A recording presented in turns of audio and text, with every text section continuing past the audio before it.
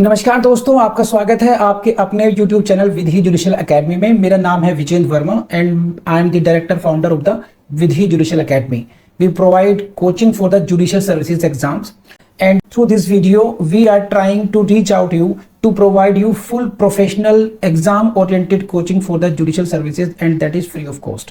इन classes में जो videos हम आपको प्रोवाइड करेंगे, we are going to provide you the entire foundation course including all the books, including all the details, whether it is required for the prelims or mains or for the guidance for the interview.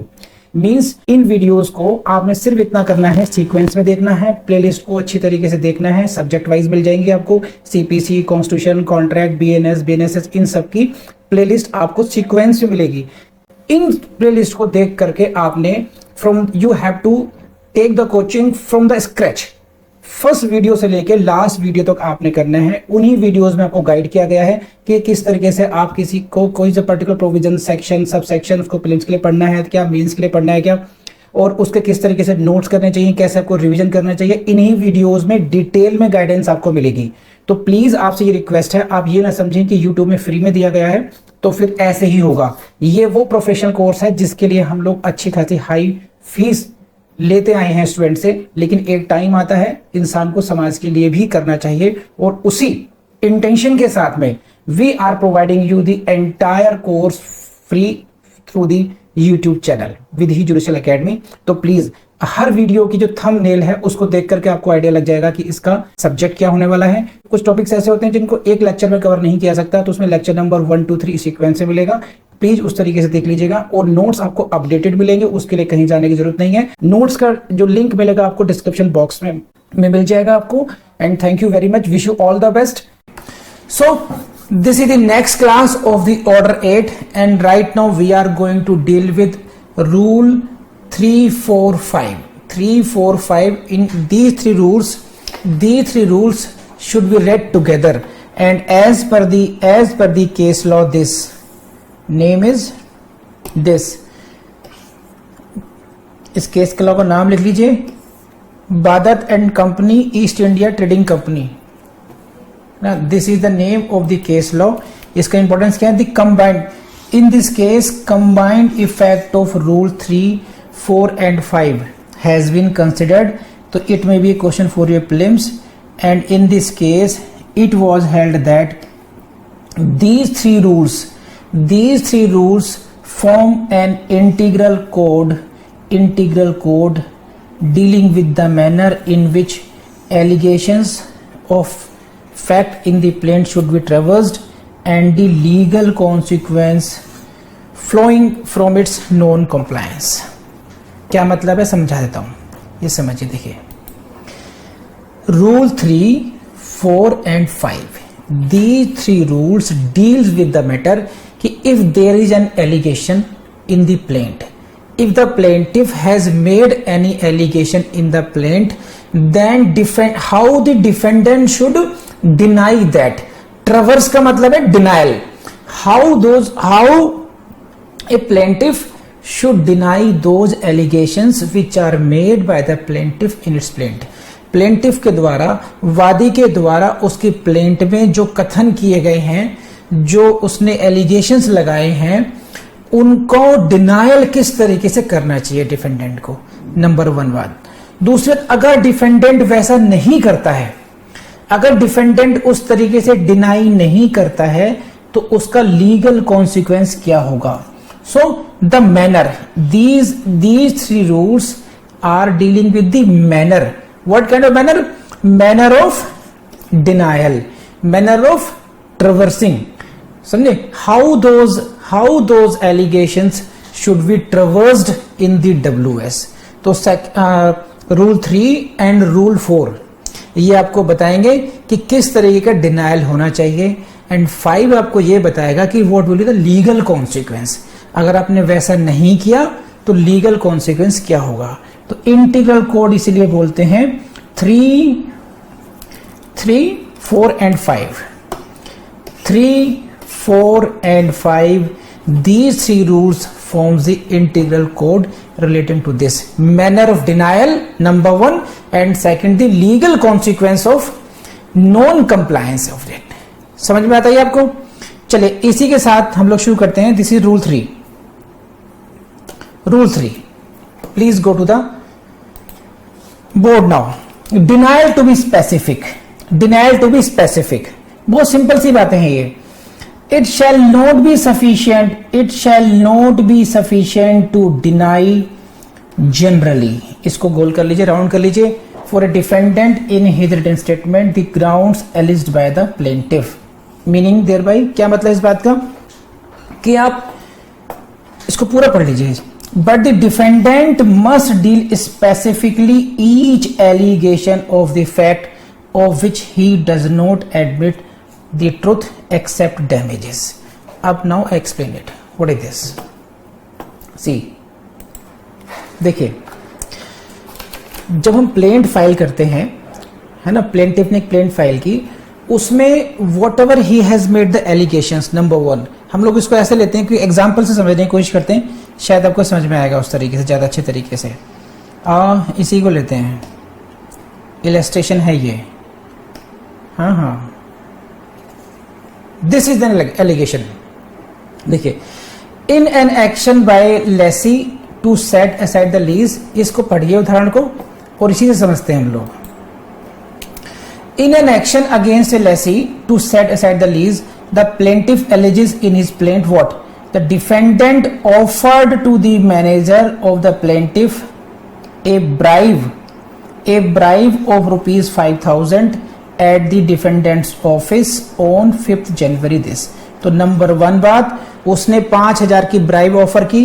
Number 2 कहाँ की? उसके office में की गई। Number 3 कौन सी date में की गई? ये फॉर एग्जाम्पल ऐसी बात मान लेते हैं हम लोग ये। तो दीज आर द, उसके एलिगेशन में 3 कंपोनेंट्स हो गए हैं उसके। There are 3 components, there are 3 components, there are 3 components in this allegation. तो 3 and 4 जब हम पढ़ेंगे तो इसमें एक बात आती है साफ साफ कि अगर डिफेंडेंट को उसको उसके जो एलिगेशंस हैं कि भाई इसने 5,000 रुपए की मेरे मैनेजर को ब्राइब ऑफर की थी, अपने ऑफिस में बुला के की थी, उस डेट को की थी, डिनाई करना है। डिफेंडेंट ये कहना चाहता है कि मैंने ऐसा नहीं किया। तो रूल 3 कहता है कि it should not be generalised, it should not be general denial, कि मैंने ऐसा नहीं किया। जनरल डिनायल का मतलब क्या हुआ कि एक स्टेटमेंट बोल दिया जाए कि no, the statement of the plaintiff is false and I did not offer the bribe as alleged। ये हुआ जनरल। बहुत सारे एलिगेशंस आ गए। और एग्जांपल लेते हैं, मान लीजिए ये एलिगेशन है, हाँ ये एलिगेशन है, इसको एलिगेशन बनाते हैं। Arshan is, Noorjahan is the plaintiff, Noorjahan is the plaintiff, and number 1, what she says that Arshan met me in the college, ठीक। number 2, he showed me rosy picture,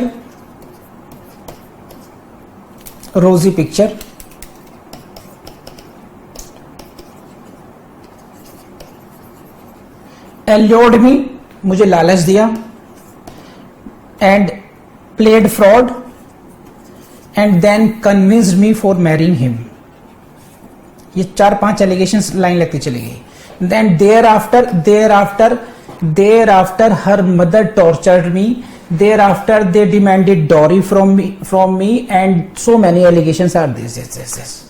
तो रूल 3 की डिमांड ये है, रूल 3 की डिमांड ये है कि अरशान को अगर इनको डिनायल करना है, अरशान को अगर इसका डिनायल करना है तो he must deny each allegation. I never met, number 1 क्या एलिगेशन था पहला? एनजे का, नूरजहां का, कि ये मुझसे कॉलेज में मिला। अरशान क्या कहेगा? मैं जिंदगी में कॉलेज में नहीं गया। I never met Noorjahan in college or whatever at places. I never met her. I never married her. I never practiced in deception. She never came to my house. No torture was played upon her. No this. So now इसमें एक जो demand है इसकी 3 की, क्या demand है कि it shall not be general denial. आप जनरल डिनायल नहीं कर सकते। अरशान ये नहीं कह सकता, अरशान कैन नॉट से कि no I did not play any deception and married her और nothing is true in her allegations. आप सामान्य रूप से नहीं कह सकते, आप ये नहीं कह सकते कि ये झूठ बोल रही है, जनरली नहीं कर सकते आप। आपको each allegation, please see the word, defendant must deal specifically each allegation, जो प्रत्येक एलिगेशन है उसका जो आरोप है, एक एक आरोप को आपको डिनाई करना पड़ेगा। तो please let me know.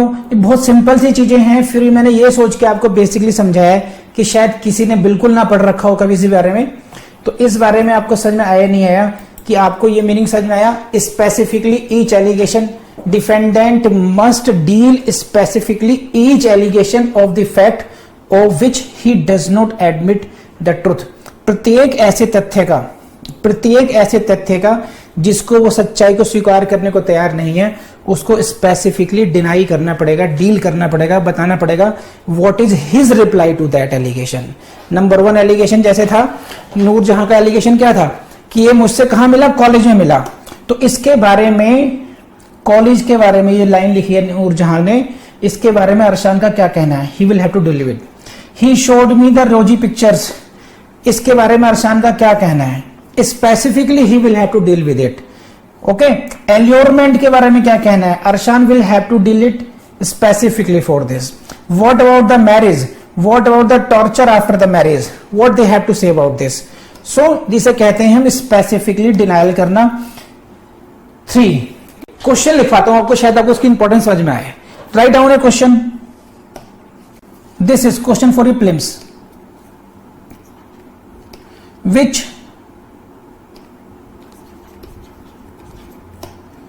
which out of following statements is correct। ठीक, निम्नलिखित स्टेटमेंट्स में कौन सा करेक्ट है। नंबर 1 पे आ जाइए। Number 1, this is number 1 statement.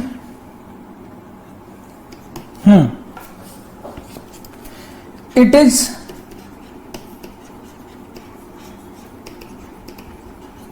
sufficient to deny generally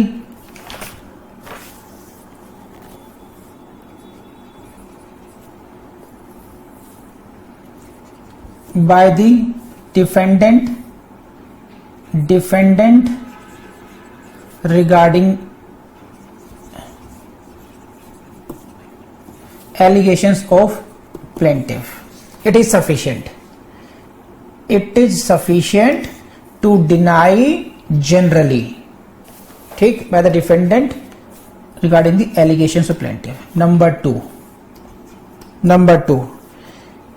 it shall not be sufficient, same line, opposite उसका हो गया। नंबर 3,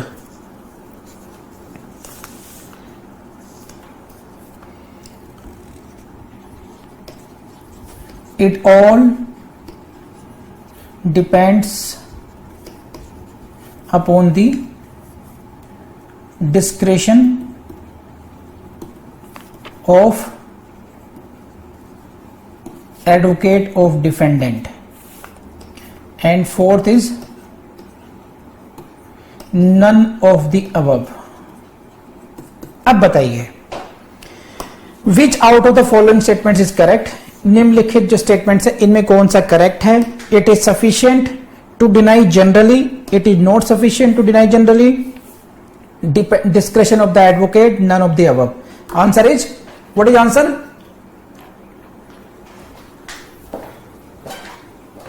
ठीक है, तो आई होप कि आपको वो आइडिया कन्वे हो गया होगा जो कन्वे करना चाह रहा हूं मैं, है ना। ठीक, but this rule is not applicable in cases of except damages. ये जो टेल है इसको समझ लीजिए, ठीक है। दैट जो स्पेसिफिक डिनायल का रूल है, that is not applicable in case of damages when allegation में जो प्लेंटिफ डिमांड कर रहा है, प्लेंट में जो डैमेजेस कर रहे हैं, you need not to specifically deny for that as per the rule 3। Now come to rule 4। This is evasive denial. Evasive denial क्या ये बहुत ट्रिकी है, समझिए। इवेसिव डिनायल, इवेसिव समझते हैं? इवेसिव मतलब होता है ट्रिकी। इवेसिव का मतलब है ट्रिकी। जैसे for example,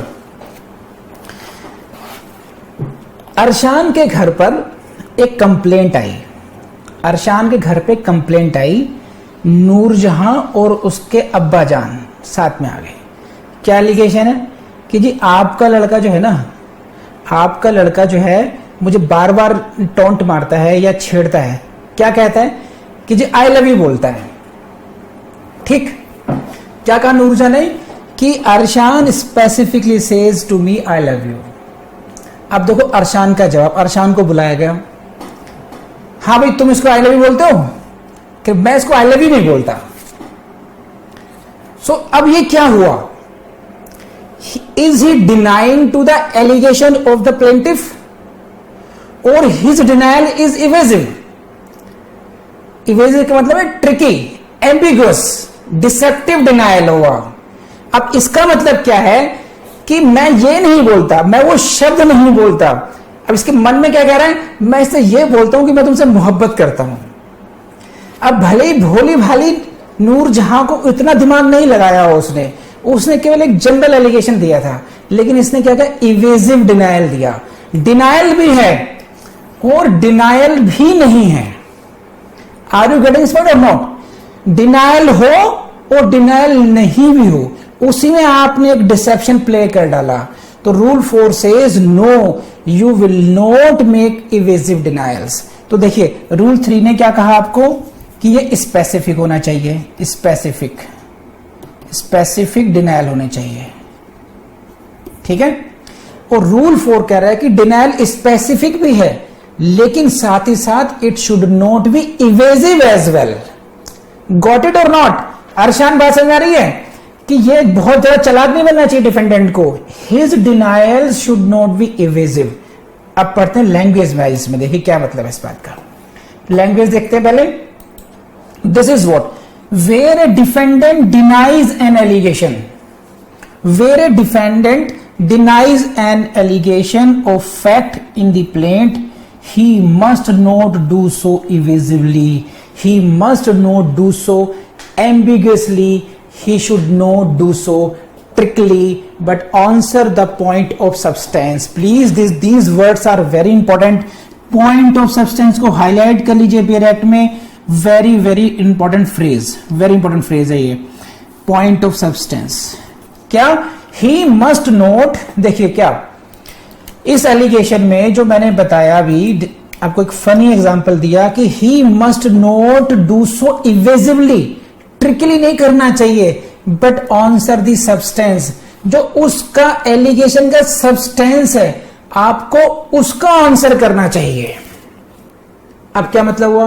what is the allegation of Noorjahan? Noorjahan का जो सब्सटेंस, एलिगेशन का सब्सटेंस है वो क्या है कि बेसिकली ही टीजेस हर, ही टॉन्ट्स हर। ईव टीचिंग का मामला है ये। वर्ड्स ये नहीं थे, सब्सटेंस ये नहीं था कि कौन से शब्दों से कहता है, एग्जैक्ट शब्दों की माया नहीं थी। सब्सटेंस क्या था? Eve teasing. यहां पर कहां पलट दिया अरशान ने गेम कि मैं आई लव यू नहीं कहता।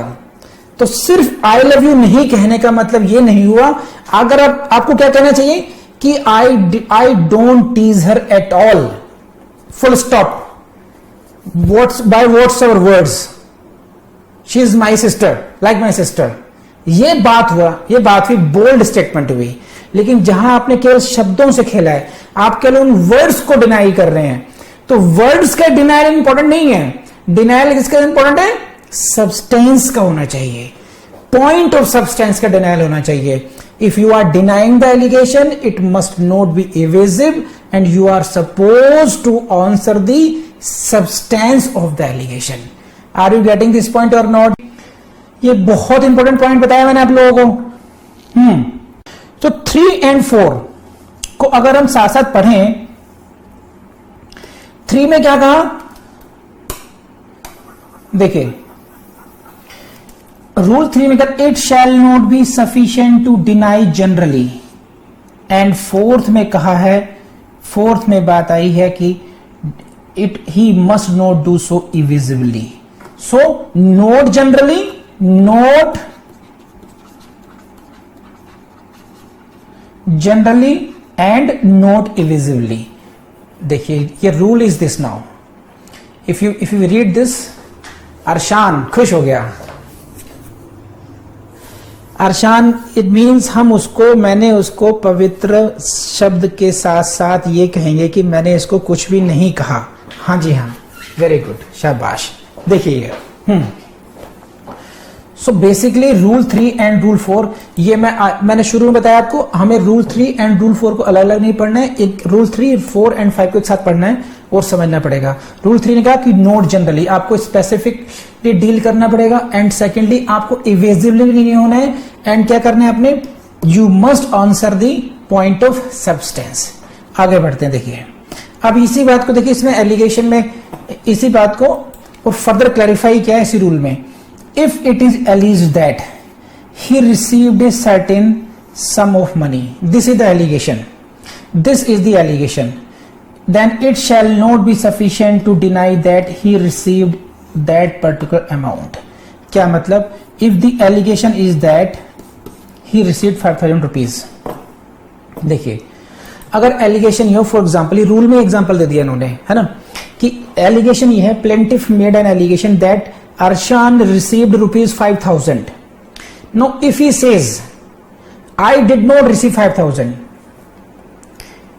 to deny that he received that particular amount, तो it will be treated as evasive, ये evasive माना जाएगा। इसमें इनको क्या कहना चाहिए, that he must deny that he received 5,000 or any part of that। ऐसा नहीं, ना तो मैंने 5,000 लिए, ना उससे कम भी लिए, 4,000 3,000 मैंने लिए ही नहीं इसमें, या फिर लिए हैं तो बताया कि नहीं 5,000 नहीं लिए, मैंने केवल 1,000 रुपए लिए हैं ये। तो आपका जो आंसर होगा as a defendant, that must not evasive का मतलब ये हुआ कि वो कंप्लीटली आपने जो मिस्ड डाउट्स हैं वो नहीं रहने चाहिए किसी भी तरीके से, उसमें कोई डिसेप्शन नहीं आना चाहिए, आपका ट्रिक नहीं होनी चाहिए, कोई एम्बिग्यूटी नहीं होनी चाहिए उसमें कहीं भी। सो अगर आप पर एलिगेशन ये है कि आपने 5,000 रुपए लिए, तो आपका आंसर इस तरीके से आएगा कि it is denied that I have taken rupees 5,000 और any sum from you, any sum from the plaintiff as alleged. ये आएगा, ना 5,000 रुपए लिए, ना ही कोई और रकम ली भाई, क्योंकि अगर केवल आप इतना कहते हैं कि I did not take 5,000, it means there is a possibility that you might have taken 4,000 3,000, तो that possibility is not ruled out. तो that is the rule 4।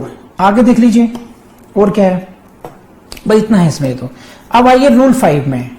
Rule 5 is very important in this regard. ये देखो rule 5। अब rule 5 में जैसे कि मैंने आपको शुरू में बताया कि ये था आपका ये जो है क्या क्या डील कर रहे हैं। Number 1, the manner of the denial. Rule 3 and 4, rule and 3 and 4 में हम लोगों ने we have just understood that the denial must be specifically of each allegation. Second, it must not be evasive, and then there is a legal consequence if the in case of non-compliance, if you are not following the 3 and 4, or then what can be the legal consequence of that। या आपने एकदम बिल्कुल ही WS file नहीं किया, तब क्या होगा उसके कॉन्सिक्वेंस के लिए you will have to read the rule 5। यही है आपका रूल 5। पढ़िए, देखिए अब क्या है। ये बहुत इंपॉर्टेंट है आपके प्रीलिम्स के लिए, don't forget this. Read this. Every allegation of fact in the plaint, ये ध्यान रखिएगा, बहुत अच्छी तरह से समझने की कोशिश कीजिएगा। देखिए अब ये बात दिमाग में रखना, ये सब्जेक्ट कौन सा है? CPC, one of the most typical subject जो समझा जाता है, जो बोरिंग समझा जाता है। मैं इसको फिर भी बहुत आसान तरीके से प्ले करने की कोशिश कर रहा हूं जितना हो सकता है। ये every allegation of the fact in the plaint, इसके बारे में रूल 3 क्या कहता है? It must be denied specifically. ठीक है ना, अभी हमने पढ़ा। अब रूल 5 क्या कहता है? Every allegation of fact if not denied specifically और by necessary implication. If it is not denied specifically और by necessary implication, it means आप उसको डिनाई नहीं कर रहे हैं स्पेसिफिकली। या एक तो ये बात हुई, number 1 if not denied specifically और बाय नेसेसरी इंप्लीकेशन, एक इसकी कह सकते हैं। दूसरा, if not stated to be not admitted. Okay, आप डिनायल नहीं कर रहे हैं, तो कम से कम आप ये लिखिए, it is not admitted, I am not admitting it. आपको ये लिखना पड़ेगा एटलीस्ट। अंतर समझ रहे हैं दोनों बातों में? जैसे अरशान के पापा ने कहा कि देखो सामने लड़की बोल रही है कि तुमने उसको ऐसा बोला, तुम बताओ क्या कहते हो। तो एक तो यह कि ही इज डिनाइंग कि मैंने ऐसा कुछ कहा ही नहीं, ये हुआ denial. And second word, I don't accept his blame. I don't admit her blame. Whatever she is saying, I don't admit it. At least आपको ये तो कहना ही पड़ेगा। आपने ये भी नहीं कहा if not stated to be not admitted. Not admitted भी नहीं लिख रहे हैं आप बात समझ रहे हैं? दो कॉन्सिक्वेंस क्या होगा? Either you should have denied it specifically, otherwise it should have been the denial by necessary implication, and number 3 जो सिचुएशन है, at least you must have said that this fact is not admitted. अगर ये भी नहीं है, then what will be the consequence? Then it shall be taken to be admitted. Then allegation of the plaintiff shall be taken to be admitted. इसे कहते हैं deemed admission. Deemed admission, इसे कहते हैं deemed admission. So if you are not specifically denying, if you are not saying it is not admitted, then as per the rule 5, it shall be taken to be admitted. हाँ या ना, जल्दी बताइए अब। I tried my best कि ये technical point आपको as simple as possible वे में आपको मैं समझा पाऊं। So ये हुआ आपका रूल 5 का नेक्स्ट पार्ट। अब समझिए इसको। Next part, except as against a person of under disability, this rule of deemed admission is not applicable in case of a person under disability. If someone is under disability, then this rule will not be applicable. Deemed admission, the rule of deemed application will not be applicable in her case, in that case. तो again it is P for prelims. Next, अब देखिए क्या है, अब यहीं पर आइए, देखिए इसको डीम्ड एडमिशन समझिए नहीं कि अगर मना नहीं किया तो इसका मतलब हाँ हुआ।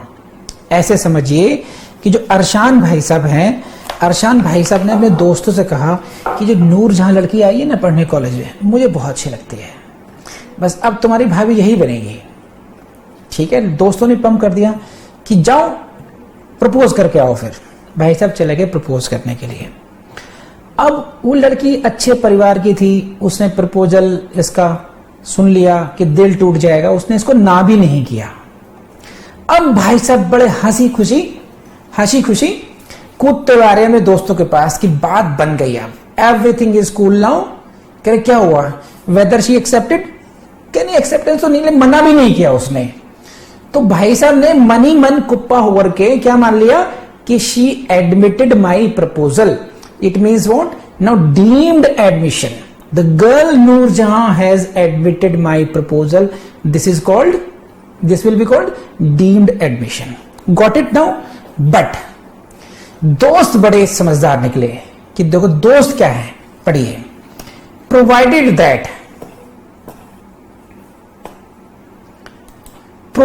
that court may in its discretion require any fact so admitted to be proved otherwise than by such admission, then deemed admission.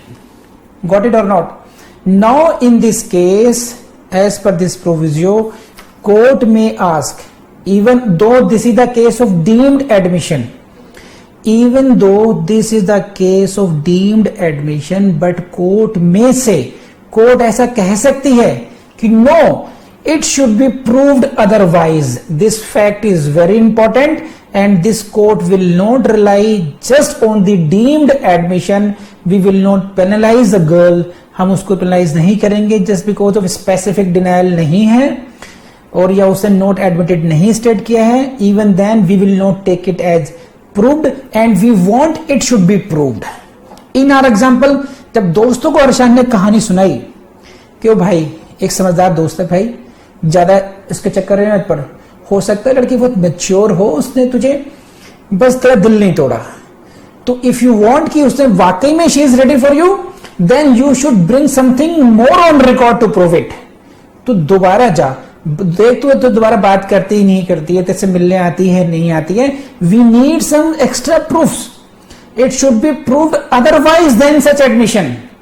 केवल मौन के पीछे मत जाइए कि कुछ मना नहीं किया तो हाँ हो गई है. तो ये हुआ other proof by otherwise than admission. समझ रहे हैं बताइए? Proof of a fact otherwise than own admission. So court की डिस्क्रिप्शन है कि कोर्ट अगर ऐसा चाहे, if the court thinks fit, that court can ask no this fact should be proved otherwise deemed admission will not be sufficient in this case. तो ये बात समझ में आई नहीं आई? Come on.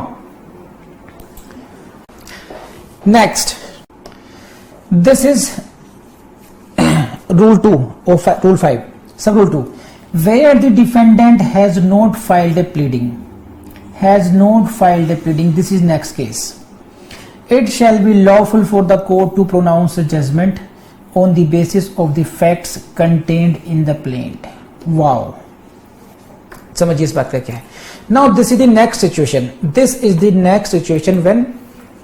when here the plaintiff, so here the defendant has not filed pleading at all. No pleading, it means he has not filed the WS at all. ये क्या बात हुई? He appeared in the court and he says I am not filing it, no problem. Or despite the opportunities, he was given 30 days, then 90 days, but he did not file the WS, and then his opportunity was closed, and now on record there is no pleading filed by the defendant on record. उसने कोई pleading file ही नहीं की. Then what will be the case? Whether, आप बात समझ रहे हैं? Suppose कीजिए you are the judicial officer and I am the defendant. Plaintiff की plaint is before you. There are allegations in the plaint against me, and as a defendant I did not file my answer. My answer is what? Written statement. I did not file it at all. मैंने file ही नहीं किया वो. Then आप क्या करेंगे? Will you pronounce a judgment against me? Will you pronounce, oh, you did not file it, so whatever the plaintiff has said, it is true in that case, so we will pronounce a judgment against you. What should be the proper course in this case? Regarding that, this is sub rule 2 of rule 5. It says what? It shall be, padhiye rasko, it shall be lawful for the court to pronounce a judgment. ध्यान देना शब्दों पे जरा. To pronounce a judgment, it shall be lawful to pronounce a judgment on the basis of the facts contained in the plaint. Please ध्यान दीजिए. This is not that this judgment shall be pronounced against him. समझे? This is not that the court shall pronounce judgement against defendant, ये शब्द नहीं है. What are the words? On the basis of facts contained in the plaint, this is. उसके बाद में आगे देखिए, बट कोर्ट में in its description require any such fact to be proved. दो बातें हो गई अभी. अब देखिए इसमें क्या हुआ, इन पूरी इनका मतलब क्या है, लाइन को ही समझिए. देन कोर्ट के पास ऑप्शन क्या है? कोर्ट चाहे तो जो एलिगेशंस उसमें कोर्ट में आए हैं, प्लेंट में आए हैं, उनके बेसिस पर जजमेंट सुना दिया जाए, whatever is. Otherwise court plaintiff से कह सकती है कि okay, whatever you are saying, whatever your allegations are there in plaint, you please kindly prove your allegations now. Defendant ने कहा जी, डिफेंडेंट को लगता है कि इसके एलिगेशंस में उतना दम ही नहीं है. सपोज ऐसे कीजिए, जैसे आप लोगों का अपना घर है, जहां जहां आप रहते हैं. अब मैंने आकर के as a plaintiff I file a plaint, I institute a suit against you. The house in which madam Jyoti lives at present belongs to me. ये घर मेरा है. ज्योति मैडम के बारे में मैं कहूं कि ज्योति मैडम ने मेरे घर को कब्जा रखा है और ये घर मेरा है. अब ज्योति मैडम हंसेंगी, तो कोर्ट ने कहा कि madam Jyoti please file that WS in this case. मैंने said no WS, let sir prove his allegations. अब यहां पर कोर्ट ऐसा नहीं है, प्रूडेंस यही कहती है, कोर्ट में ask me, okay you are saying that the house in which Jyoti is living at present belongs to you, you kindly prove it, bring your evidence. क्योंकि Jyoti is very confident this time कि sir prove कर ही नहीं पाएंगे. क्या होगा उनके पर, देखते हैं क्या प्रूफ लेके आते हैं सामने. ऐसा नहीं है कि अगर प्लेंट में जो कह दिया प्लेंटिफ को, उसके बेसिस पर ही कोर्ट सब कुछ कर डालेगी. कोर्ट के पास डिस्क्रिप्शन है and court should follow this process. Require any such fact to proved. Okay, defendant को कुछ नहीं कहना है, defendant does not want to say anything, but plaintiff should prove his plaint at least. The plaintiff should prove the allegations made by him in the plaint. So अब cumulatively पढ़ लेते हैं इसको. देखिए, where the defendant has not filed a pleading, this is the situation that he has not filed a pleading. Okay, in that case the court will be within its jurisdiction. It means it will be lawful for it. If the court wants, if the court wishes so, that court may pronounce the judgment on the basis of this. This is the first option for the court, but it is the second. Court may in its discretion require any such fact to be proved as well. So आप देखेंगे यहां पर अभी तक जो हम लोगों ने पढ़ा है उसमें अभी तक ये रहा, this is the rule 5. One part था नोट स्पेसिफिक डिनायल, ठीक, ये था. दूसरा कॉन्सिक्वेंस किसका है? WS not filed. इसका कॉन्सिक्वेंस क्या था? डीम्ड एडमिशन था.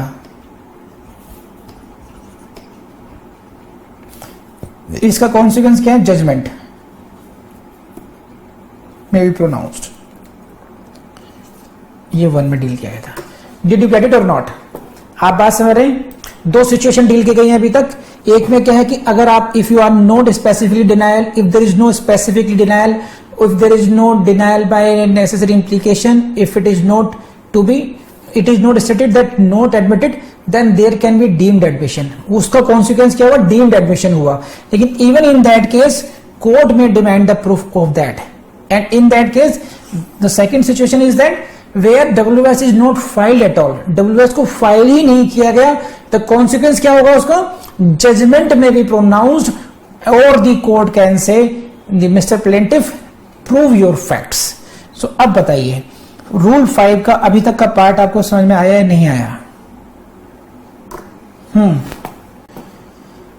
भाई मैंने तो पूरी कोशिश की है कि आपको बहुत अच्छे तरीके से पढ़ा पाऊं, अच्छी तरीके से करा पाऊं चीजों को. This rule of again pronouncing judgment is not applicable against a person under disability, ये भी अंडरलाइन कर लेना, यहाँ से क्वेश्चन आ सकता है। P for prelims, except as against a person under disability, the rule of pronouncing the judgment is not applicable against a person under a disability। बहुत detail में पढ़ाया गया है और बहुत टेक्निकली पढ़ाया गया है, बहुत इंपॉर्टेंट है आपके लिए। बस आपसे यही कहूँगा कि अगर ये वीडियो आपको पसंद आए तो अपने दोस्तों से शेयर करना जो नहीं भूलेंगे आप लोग, लाइक भी कीजिएगा और कमेंट भी कीजिएगा।